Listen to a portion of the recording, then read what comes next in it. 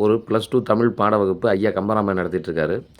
அப்ப ஐயா கேட்குற மாணவர்களே இதில எதாவது ஐயம் இருக்குதா? அப்படின்னா உடனே ஒரு மாணவன் வந்துருச்சான். ஐயா கம்பராமாயணம் பாட்டு பிரமாதமா நடத்துனீங்க. இதில எந்த ஐயமும் இல்லைங்க. அப்ப வேற என்னடா ஐயம்? அப்படின்னா இப்ப வந்து ஒரு சினிமா பாட்டுல தாங்க ஐயம் இருக்குது. அப்படின்னு ஐயா சொன்னாரு. என்னடா சினிமா பாட்டு? சொல்றா அதுக்கு நான் விளக்கம் சொல்றேன்டா. அப்படின்னேன். ஐயா இப்ப வந்து ஒரு 10 நாள் அந்த பாட்டு எல்லா இடத்துலயும் ஒலிக்குது. நீங்களும் கேட்டுருப்பீங்க. அப்படின்னா எப்படி? எங்கடா அந்த பாட்ட பாடுறா அப்படின்னோன்னே, உடனே அந்த பையன் அந்த பாட்ட பாடுறாங்க. காலை பொழுதினில் காதல் கொண்டேன் கண் விழித்தேன் அவன் காணவில்லை கண் விழித்தேன் அவன் காணவில்லை என்னோடு உன்னை ஒன்றாக்கும் வர் என்ன செய்தும் வழி தீரவில்லை என்ன செய்தும் வழி தீரவில்லை கருமை கொண்டு பொய் சொல்லி நின்றாயோ போதும் போதும் என்று சென்றாயோ. இதாங்கய்யா பாட்டு. உடனே தமிழை யோசிச்சாரு. டேய் இவங்கிட்ட தப்பிக்கணும் அப்படின்னு சொல்லி இந்த பாட்டுக்கு ஏன்னா ஒரு படத்த பார்க்கல. உடனே தம்பி இது ஒண்ணுமே இல்லடா. இந்த பாட்டு வந்து நலவெண்பாடா. நலன், தமயந்தி 2 பேர் இருக்கிறாங்க. நலன் ஒரு பெரிய அரசன். அவன் தன்னுடைய சூதாட்டத்தில சொத்து, பத்து எல்லாம் போயிருது. இப்ப நாட்ட விட்டு காட்டுக்குள்ள வர்றான். அப்ப தன்னுடைய மனைவி, குழந்தைகள் 2 பேரு. குழந்தைகள், மனைவியும் சரி உங்க அப்பா வீட்ல போய் இரு. நான் போய் காட்டுல இருக்கிறேன் அப்படின்னு சொன்னோனே, அவ ஒத்துக்க மாட்டேங்கிறா. தன்னுடைய குழந்தைகள மட்டும் கொண்டு போய் அவங்க அப்பா வீட்ல விட்டு நலனோடயே வர்றா. நலனோட வர்றப்போ ஒரு காட்டுக்குள்ள போய் ரெஸ்ட் எடுக்குறாங்க. அப்போ வந்து நலன் யோசிச்சு பார்க்குறான். ஐயோ! இவ பெரிய அரசியா இருந்தவ, சொகுசா இருந்தவ. என்னோட வந்தா ரொம்ப சிரமமா இருக்கும். அதனால நம்ம இவள விட்டுட்டு போயிட்டோம்னா, இவ மறுபடியும் அவங்க அம்மா வீட்டுக்கு, அவங்க அப்பா வீட்டுக்கு போய் சேர்ந்துருவா. அதனால நம்ம விட்டுட்டு போயிரலாம்னு சொல்லிட்டு அவன் அங்க காட்டிலேயே தனியா விட்டு ஓடிர்றாங்க. அப்ப தமயந்தி எந்திரிச்சு பார்க்குறப்ப நலன காணோம். அப்ப உடனே அந்த அம்மா பாடுற பாட்டு தாங்க. காலை பொழுதினில் காதல் கொண்டேன் கண் விழித்தேன் அவன் காணவில்லை கண் விழித்தேன் அவன் காணவில்லை. இதான் பாட்டு. அப்ப அதுக்கு அடுத்த லைன் அப்புட்ன்னா, "என்னோடு உன்னை ஒன்றாக்கும் வரை என்ன செய்தும் வழி தீரவில்லை." நலனோடு நாம் சேர்ந்து ஒரு குடிசையில வாழ்ந்தாலும் இன்பமா இருக்கணும். அப்போ அப்படி சொல்லிட்டு அந்த அம்மா ரொம்ப வேதனைப்படுறாங்க. அப்ப "கருமை கொண்டு பொய் சொன்றி நின்றாயோ, போதும் போதும் என்று சென்றாயோ." போதும் போதும் என்று சென்றாயோ அப்படின்னா, தமயந்தியோடு தமயந்தி என்னோடு வந்தால் நலனோடு வந்தால் துன்பம் பெருசா இருக்கும். ஆனா காட்டுக்குள்ள அலையணும், கல்லு முள்ளு குத்தும். அந்த துன்பம் வேண்டாம். அவள் பட்ட துன்பம் போதும் போதும். நீ உங்க அம்மா வீட்டுக்கே போ அப்படின்னு சொல்லிட்டு, "நீ போயிட்டியா?" அப்படின்னு சொல்லிட்டு தமயந்தி புலம்புற பாட்டுறா இது அப்படின்னு சொன்னார் பாருங்க. பையன், "ஐயா! இது அற்புதமா இருக்குதுங்களே! எல்லா கருத்துமே தமிழ் இலக்கியத்தில இருக்குது" அப்படின்னா. அதுக்கு ஐயா சொன்னாரு, "டேய் தமிழ் இலக்கியத்தில இல்லாதே கிடையாது. திருக்குறள் படி, கம்பராமாயணம் படி, பெரிய புராணம் படி, ஐம்பெருங்காப்பியங்கள் படி. படிச்சீன்னா உனக்கு எல்லா அறிவுமே வந்துரும்டா. நீ யார்ட்டயும் சந்தேகமே கேட்க வேண்டியதில்ல" அப்படின்னா. பையன அசந்துட்டாங்க. ஓம் நமச்சிவாய்! சிறு தொண்டர் புராணம். சிறு தொண்டர் அப்படிங்கிறவரு மிகப்பெரிய சிவனடியாருங்க. அவர் படைத்தளபதியா இருந்து அவர் சிவத்தொண்டு செய்வதற்காக தன்னுடைய வாழ்க்கைய அர்ப்பணித்தவர். இவருடைய மனைவி திருவெண்காட்டு நங்கை. இவங்க 2 பேருடைய கொள்கை என்னன்னா, ஒரு நாளைக்கு ஒரு சிவனடியாருக்கு சாப்பாடு போட்டு தான் இவங்களே சாப்பிடுவாங்க. ஒவ்வொரு நாளும் இந்த மாரி நிகழ்ச்சி நடந்துகிட்டு இருக்குது. ஒரு நாள் பார்த்தீங்கன்னா, சிவனடியாரே வரலைங்க. இவரு எவ்வளோ தூரம் அலைஞ்சாரு. வெளிய போய் நான் சரி சிவனடியார கூட்டு வரேன் அப்படின்னு சொல்லிட்டு வீட்ட விட்டு வெளிய போய் தொலைவிட்டு கிடக்குறாரு. அப்ப சிவபெருமானே என்ன செய்றாரு, ஒரு சிவனடியார மாரி இவரு வீட்டுக்கு வராருங்க. வீட்டுக்கு வந்தா அப்ப வேலைக்கார பெண்மணி இருக்காரு. "ஏங்க சாப்பாடு போடுங்க தாயே அன்னபூரணி" அப்படின்னா வேலைக்கார பெண்மணி யாருமே இல்லை சார் வந்து சார் யாருமே இல்லைங்க வீட்ல அப்படின்னோன்னே, உடனே அந்த அம்மா வீட்டுக்காரம்மா இருக்க திருவெண்காட்டு நங்கை. அவங்க வந்து உடனே வெளிய வந்து, "சாமி வாங்க சாமி சாப்பிட்டு போங்க." அப்படின்னா உடனே சாமியார் சொல்றாரு, "இப்ப ஆண்கள் இல்லாத வீட்ல நான் சாப்பிட மாட்டேன். பக்கத்துல கோயில் இருக்குது. அங்க உட்காந்துருக்கிறேன். உங்க வீட்டுக்காரர் வந்து என்னை வந்து கூப்பிட சொல்லுங்க." அப்படின்னு நான் கோயில்ல போய் உட்காந்துட்டாரு. உடனே ஒரு சிறு தொண்டர் வந்தாரு. சிறு தொண்டர் வந்தோனே அம்மா சொல்றாங்க, "ஏங்க சாமியார் ஒரு கோயிலுக்கு போய் சீக்கிரம் கூட்டிட்டு வாங்க." அப்படின்னா அவரு ஓடுறாரு. ஓடி போய் சாமி எங்க வீட்ல வந்து சாப்பிடுங்க சாமி அப்படின்னா, அப்ப சாமியார் கண்டிஷன் போடுறாரு. "மகனே நான் 6 மாசத்துக்கு ஒருக்கா மாமிசம் சாப்பிடுவேன். பசு மாமிசம். அப்போ உன்னால மாமிசம் செஞ்சு தர முடியுமா?" அப்படின்னா, உடனே இவர் யோசிச்சாரு. சரி வேற வழி இல்ல. சரி செஞ்சு தரேன் சாமி. அப்படின்னா உடனே சொன்னது, "இங்க பசு மாமிசம் அப்படின்னு சொன்னது நானு பசுவே கிடையாது. 5 வயதுக்கு உட்பட்ட பாலகன். அந்த பாலகன் வந்து மாமிசம் அந்த பாலகன வெட்டி மாமிசம் பண்ணி குழம்பு வச்சு குடு." அப்படின்னு சொல்றாருங்க. உடனே அப்படியே இவரு பதறி போயிட்டாரு. உடனே இன்னொரு கண்டிஷன் அப்படிங்கிறாரு. என்ன கண்டிஷன்னா, அவங்க அம்மா வந்து தலைய பிடிச்சுக்கணுமா சந்தோஷமா. அவங்க அப்பா வந்து மகிழ்ச்சியா வெட்டி, அப்புறம் குழம்பு வச்சு தரணுமா. எவ்வளவு சோதனை பாருங்க. இதுக்கு அவர் சரின்ட்டாரு. சரின்னு சொல்லிட்டு வீட்டுக்கு ஓடியாராரு. வீட்டுக்கு வந்து மனைவிட்ட சொல்றாரு. இந்த மாரி சிவனடியார் சொல்றாருன்னா, உடனே அவங்க மனைவி "ஏங்க யாருங்க அவங்க பையன தருவாங்க?" அப்படின்னா அவருக்கு ஒரு பையன் இருக்கான். அவன் பையன் பேரு சீராளன். அவன் பள்ளிக்கூடம் போயிருக்கிறான். சரி நம்ம பையன பள்ளிக்கூடத்துக்கு சிவனடியாருக்கு நம்ம அவன் இது பண்ணிக்குவோம் அப்படின்னு சொல்லிட்டு உடனே பள்ளிக்கூடம் வரைக்கும் பையன கூட்டிட்டு வந்து, அந்த அம்மா தலைய பிடிச்சுக்கிறாங்கங்க. இவரு கத்தி எடுத்து வெட்டுறாருங்க. எவ்வளோ பெரிய சோதனை பாருங்க இறைவா! அப்போ உடனே அத வெட்டி குழம்பு வச்சுர்றாங்க. குழம்பு வச்சுட்டு உடனே ஓடி போய் சிவனடியார கூப்பிட்றாங்க. "சாமி நீங்க சொன்ன மாரி பிள்ளைக்கறி சமைச்சுக்கிட்டேன். வாங்க." அப்படின்னா சாமியார் வந்து இலை போட்டு உட்காந்துருக்காரு. உட்காந்து "தம்பி உன்னுடைய மகனை கூப்பிடு." அதுக்கு முன்னாடி சொல்றாரு. "ஏன் எல்லா கறியும் வச்சுட்டீங்களா? எல்லா உறுப்பு இருக்குதா?" அப்படின்னு கேட்குறாரு. "எல்லா கறியும் வச்சாச்சு சாமி." அப்படின்னா, "எங்க தலைக்கறி காணோம்." அப்படிங்கிறாரு. தலைய உடனே நீங்க சாப்பிட மாட்டேன்னு சொல்லி அத வச்சிருக்கு தனியா எடுத்து தூக்கி வச்சுரு சாமி. அப்படின்னு உடனே தலைக்கறி எனக்கு வேணும் அடம் பிடிக்கிறாருங்க. அப்ப நல்ல வேளை அந்த வேலைக்காரம்மா தலைய எடுத்து தனியா வச்சிருந்தது. உடனே அந்த அம்மா ஓடியாந்து தலை தனியா வச்சிருக்காங்க அப்படின்னா, உடனே அத சமைச்சு இலையில கொண்டாந்து வச்சுர்றாங்க. உடனே அவரு "நீயும் உட்காந்து சாப்பிடு" அப்படின்னு சொல்லிட்டு சிறு தொண்டரையும் சொல்றாரு. அவர் சிறு தொண்டர் எப்படிங்க வேற வழியே இல்லாம அவரும் உட்காந்து சாப்பிட உட்கார்றாரு. உடனே "உன்னுடைய மகனை கூப்பிடு" அப்படிங்கிறாரு. உடனே மகன் தான் இறந்துட்டானே. உடனே மகன் இருக்கு வரமாட்டான் சாமி, வரமாட்டான் சாமி அப்படின்னு இவரு சொல்றாரு. உடனே வெளிய போய் கூட்டு வா அப்படின்னு சிவனடியார் சொல்றாரு. சிவபெருமான். உடனே வெளிய போய் அவங்க அம்மா, அப்பா "மகனே சீராளா, மகனே சீராளா, சீராளான்னு" 3 தாட்டி கூப்பிடுறாங்க. சீராளன் வர்றாங்க. இறைவனுடைய திருவருள் பாருங்க.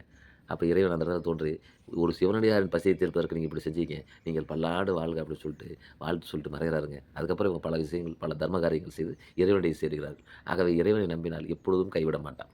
ஆகவே அனைவரும் இறைவன் பாதத்தை பணிவோம். ஓம் நமச்சிவாய! ஒரு டவுன்ல ஒருத்தர் வீடு கட்டியிருக்காரு. அடுத்த நாள் புண்ணியாசனம். வீட்டுக்கு பசுமாடு வேணுங்க. பசுமாடு டவுன்ல கிடைக்காது. கிராமத்தில தான் கிடைக்கும். இவரு என்ன பண்ணாரு, ஒரு கிராமத்தில போய் ஒரு விவசாயிட்ட போய், "ஏங்க பசுமாடு வாடகைக்கு குடுங்க" அப்படின்னா, அவரு "எதுக்குங்க?" அப்படின்னாரு. புண்ணியாசனைக்கு. "சரி நான் நாளைக்கு காலையில என்னால கொண்டாட முடியாது. நீங்க போய் ஓட்டிட்டு போயிருங்க. ரூ. 1000 வாடகை." அப்படின்னா, "சரி" அப்படின்னு சொல்லிட்டு அவரு பசுமாட்ட ஓட்டிட்டே வர்றாரு. வெயிலு. அப்போ வர்றப்ப என்னாகுதுன்னா, ஒரு இடத்துல ஒரு இடத்துல நிறுத்திட்டு, மயக்கம் வர மாரி இருந்தது. அப்போ ஒரு இடத்துல நிறுத்திட்டு, நம்ம பசுமாட்டு நிழல்ல ஒரு அப்படியே உட்காந்துட்டாருங்க. ஒரு 10 நிமிஷம் அப்படியே படுத்துட்டாரு. ரொம்ப டயர்டா இருந்ததுன்னு. வேற வழியே இல்ல. அப்போ கொஞ்சம் உடம்பு நல்லா இருந்தோனே, மறுபடியும் பசுமாட ஓட்டிட்டு வந்துட்டாரு. ஓட்டிட்டு வந்து அடுத்த நாள் புண்ணியாசனம்லாம் முடிஞ்சுது. கூட மாட்ட வந்து மறுபடியும் விவசாயிட்டே கொண்டு போய் ரிட்டர்ன் பண்றாரு. ரிட்டர்ன் பண்ணிட்டு, "ஐயா இந்தாங்க ரூ. 1000 பணம். நீங்க குடுத்த பசுமாடு என்னுடைய புண்ணியாசனைக்கு மட்டும் பயன்படல. நான் நேத்து நடந்து போறப்ப பயங்கரமான வெயிலு. அந்த மாட்டோட நிழல்ல நான் ஒரு 10 நிமிஷம் ரெஸ்ட் எடுத்தேன். அப்பதான் உடம்பு நல்லா இருந்தது" அப்டின்னாரு. உடனே அந்த மாட்டுக்காரருக்கு பயங்கர கோவம் வந்துருச்சு. "ஆ நான் பசுமாட்ட வந்து புண்ணியாசனைக்கு தான் குடுத்தேன். அதோட நிழல்ல வந்து நீ உட்கார்ந்து இளைப்பாறி இருக்கிற. அப்ப வந்து ரூ. 1000 பத்தாது. ரூ. 10,000 குடுக்கணும் வாடகை. ஏன்னா உன்னுடைய புண்ணியாசனைக்கு 1000. அந்த பசுமாடு நிழல்ல நீ உட்கார்ந்து ரெஸ்ட் எடுத்தீங்கல்ல, அதுக்கு 9,000 மொத்தம் 10,000 குடுங்க" அப்படின்னு சண்டைக்கு வராருங்க. உடனே இவர் தர முடியாது அப்படிங்கிறாரு. உடனே அவர் அந்த ஊர் நாட்டாம ஒருத்தர் பெரிய மனுஷன். அவர்ட்ட கம்ப்ளைண்ட் போகுது. உடனே நாட்டாம கூப்பிட்டு எல்லாத்தையும் விசாரிக்கிறாரு. "ஏங்க இவர் நிழலுக்கு வாடகை தர மாட்டேங்கிறாரு" அப்படின்னா நாட்டாமைக்கு தெரியுது. இந்த மாட்டுக்காரர் வந்து பேசுறது தப்பு அப்படின்னு. உடனே இவர் சரியான பாடம் புகட்டணும் அப்படின்னு சொல்லிட்டு, உடனே இந்த புண்ணியாசனி வாங்கிட்டு போனவர கூப்பிட்டாரு. "வாப்பா தம்பி இங்க வா" அப்படின்னு வந்தாரு. "பணம் ரூ. 10,000 இந்தா நான் தரேன் வையி. ரூ. 1000 அவர் கையில குடு. ரூ. 9,000 இந்த கண்ணாடிக்கு முன்னாடி வையி" அப்படின்னாரு. ஒரு கண்ணாடி கொண்டு வந்து வச்சாங்க டேபிள்ல. ரூ. 1000 குடுத்துட்டு பால்காரர் ரூ. 1000 வாங்க மாட்டேங்கிறாரு மாட்டுக்காரர். உடனே "இல்ல வாங்கிக்கப்பா தரேன்" அப்படின்னு சொன்னா, அவர் சரி வாங்கிட்டாரு. வாங்கிட்டு உடனே கண்ணாடிக்கு முன்னாடி 9,000 பணத்த வைக்கிறாங்க. உடனே நாட்டாம சொல்றாரு, "தம்பி ரூ. 1000 அந்த புண்ணியாசைக்கு வாங்கிட்டேன். நிழலுக்கு வந்து ரூ. 9,000 வாடகை" அப்படின்னேன். பாரு இந்த கண்ணாடியில பணம் இருக்குது. கண்ணாடிக்கு முன்னாடி. கண்ணாடிக்கு உள்ள அந்த பணத்தோட உருவம் தெரியுது. நீ அந்த உள்ள இருக்கிற உருவத்த நீ எடுத்துக்க. வெளியில இருக்கிற பணத்த எடுக்கக்கூடாது. உருவத்த எடுக்கணும் அப்படின்னா, இவரு வந்து "அத எப்படிங்க எடுக்க முடியும்? உள்ள இருக்கிற கண்ணாடியோட உருவத்த எப்படி எடுக்க முடியும்னா?" அது மாரி நிழலுக்கு எப்படி? நீ கேட்குற நியாயமே கிடையாது. நிழல வந்து கையிலயும் பிடிக்க முடியாது, ஒண்ணும் பண்ண முடியாது. நிலையற்றது. அதுக்கு போய் வாடகை கேட்குற? அப்ப அப்படி அதுக்கு வாடகை இதுதான்.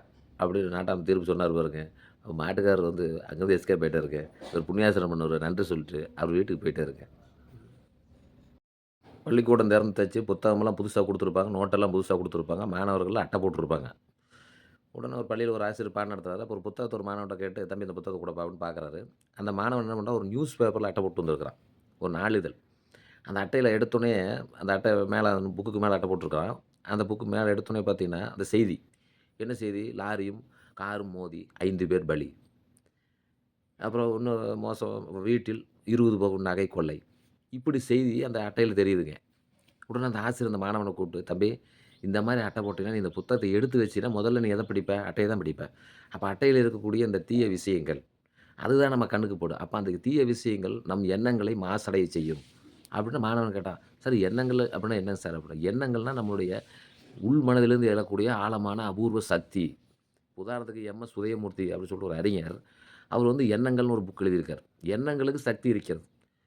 அதாவது ஒரு விஞ்ஞானி வெளிநாட்டில என்ன செஞ்சாராம், ஒரு லைட்டையே உத்து பார்த்துக்கிட்டே அந்த எண்ணங்களை எல்லாம் ஒருங்கிணைத்து, இந்த லைட் உடையணும், இந்த லைட் உடையணும்னு சொல்லிட்டு சொல்லிட்டே இருந்தாராம். கொஞ்ச நேரம் கழிச்சு பார்த்தா லைட் உடைஞ்சு போச்சுங்க. அப்ப எண்ணங்களுக்கு எவ்வளோ பெரிய சக்தி இருக்குது பாருங்க. அப்ப எண்ணங்கள் நம்ம நல்ல திசையில திருப்பணும். அப்ப நல்ல திசையில திருப்புனா, அதுக்கு தான் யோகா, தியானம் இதெல்லாம் சொல்லியிருப்பாங்க. அப்ப அந்த நல்ல திசையில் நாம் எண்ணங்களை திருப்புகின்ற பொழுது, அதற்கு சக்தி வந்துரும். அதனால தான் சொல்றாங்க, "நீ எதுவாக நினைக்கின்றாயோ, அதுவாகவே மாறுவாய்." அப்படின்னு கிருஷ்ண பரமாத்மா சொல்லியிருப்பார். அப்ப எண்ணங்களுக்கு பயங்கரமான சக்தி இருக்குது. நீ இந்த புத்தகத்த எடுத்து வைக்கிறப்போ, உன்னோட எண்ணங்கள், நல்ல எண்ணங்கள் மாசுபாடு அடையும். அதனால தயவுசெய்து இந்த அட்டையெல்லாம் தூக்கி எறிஞ்சுட்டு, ஒரு பிளைனா ஏதோ ஒரு வெள்ள பேப்பர்லயோ ஏதோ ஒரு அட்டை போடு. அப்ப என்ன ஆகும் எடுக்கிறப்ப நமக்கு பாட சம்மந்தமான எண்ணங்கள் வரும்.